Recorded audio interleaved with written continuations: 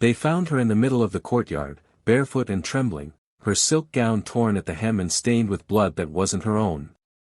The torches burned low, but the faces surrounding her were lit well enough for her to see the disbelief in their eyes. "Your Highness," one of the guards whispered, bowing with hesitation. She shook her head. Her lips parted, but no words came. In that instant, Amara realized that the role she had worn like a crown all her life was about to collapse around her. She wasn't a princess. She never had been. And the truth that had been buried for 17 years was clawing its way out at last. Part 1, The Illusion of Gold. Amara had always been told she was the king's daughter. The only child. The heir. Her earliest memories were of sitting on velvet cushions in the council chamber, the courtiers smiling as she mimicked her father's stern nods. She had a voice that carried, eyes that flared like fire when angered, and a presence that filled the room. Yet beneath the gold and praise, she carried a weight she couldn't explain. There were nights she would dream of a cottage by a river, of rough hands braiding her hair, of a lullaby sung off-key. Each morning she'd wake with her cheeks damp, a hollow ache in her chest. When she once asked the queen if she had ever sung lullabies, the woman froze, then smiled too brightly. "Of course, my darling. But you were so young, you wouldn't remember." Amara wanted to believe it. She always wanted to believe. But belief grew harder as she noticed the small cruelties, the way the king looked at her, not as a father does but as if she were a debt he had paid too dearly, the way her reflection sometimes startled her, the tilt of her nose or the darkness of her skin, features none of her ancestors bore. The palace whispered. Servants fell silent when she entered a room. And once, when she was 13, she overheard a visiting noble laugh, "A princess? That girl? You've done well keeping the story straight." The words haunted her. Part 2, The Crack in the Glass. The lie began to unravel on her 17th birthday. That morning, she was summoned to the king's private chamber. He looked older than she remembered, gray seeping through his beard, his shoulders bent under invisible weight. "Amara," he said, "tonight you will be betrothed to Prince Darius of Velmer." Her stomach turned to stone. She had met Darius once. His smile had been too sharp, his hand gripping hers too long. "I don't want this," she said. "It isn't about what you want," he answered coldly. Something inside her snapped. "Then why call me your daughter at all? Why pretend?" The king's eyes flickered, a crack in his armor. He opened his mouth, but no answer came. Instead, he dismissed her with a wave. That night, the banquet was filled with gold and music, but Amara felt suffocated. As the prince's hand reached for hers, she fled the hall, her heart thundering. She ran to the west wing, where the archives were kept, a place few dared enter. By candlelight, she searched. She pulled down ledgers, birth records, decrees. And then she found it, a record from the year of her birth, sealed with the king's insignia. It wasn't a birth certificate. It was a purchase. A girl child, unnamed, bought from the ashes of a burned village. A survivor. A secret.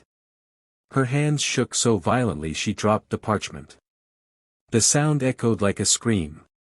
Part 3, The Weight of Truth. Amara wanted to hate them, the king, the queen, the entire palace that had lied to her. But the hatred tangled with confusion, with grief. Who had she been before all this? Whose blood ran in her veins? When she returned to her chambers, she found her nurse, Mara, waiting. Mara had been with her since childhood, a stern woman with gentle eyes. "You know, don't you?" Amara whispered. Mara sighed.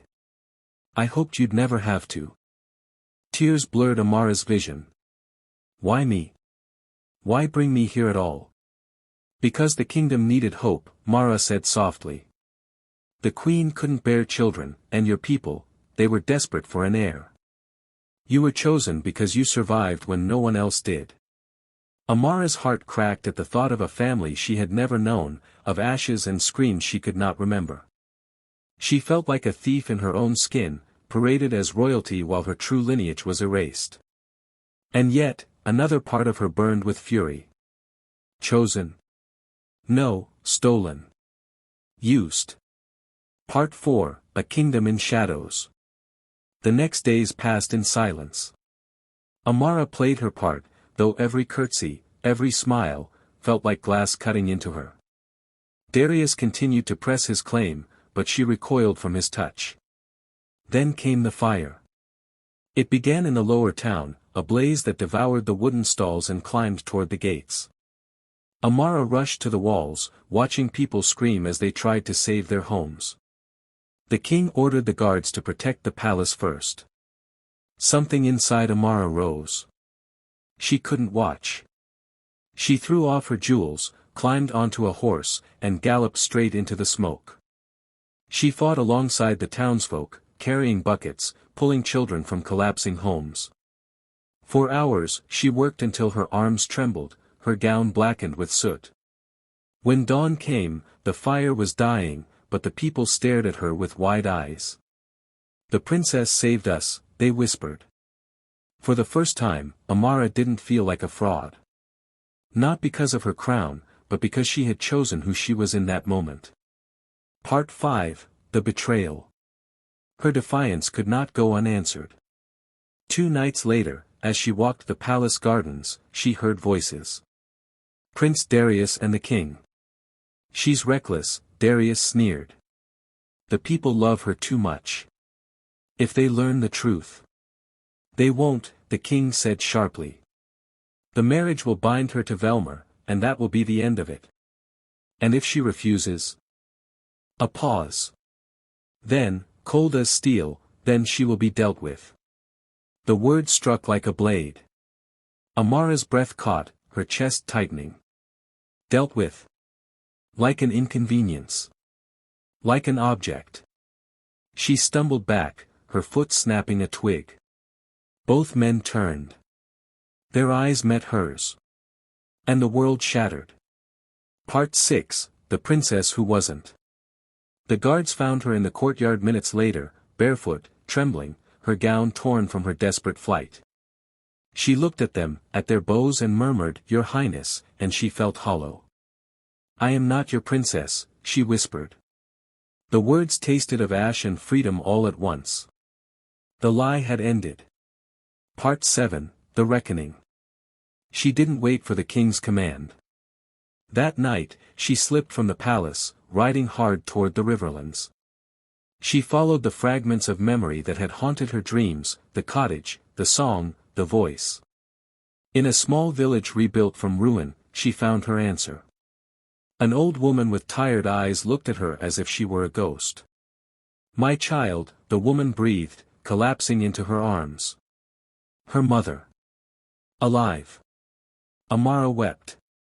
She told her everything, from the palace lies to the fire to the threat that hung over her. Her mother listened, her hands never leaving Amara's face. "You were never theirs," she said firmly. "You are mine. And you are yours." Conclusion. Word spread quickly that the princess had vanished. Some claimed she had been kidnapped. Others whispered she had fled. The king's fury shook the palace, but the people remembered the girl who had ridden into fire to save them. They began to question. To doubt. To hope.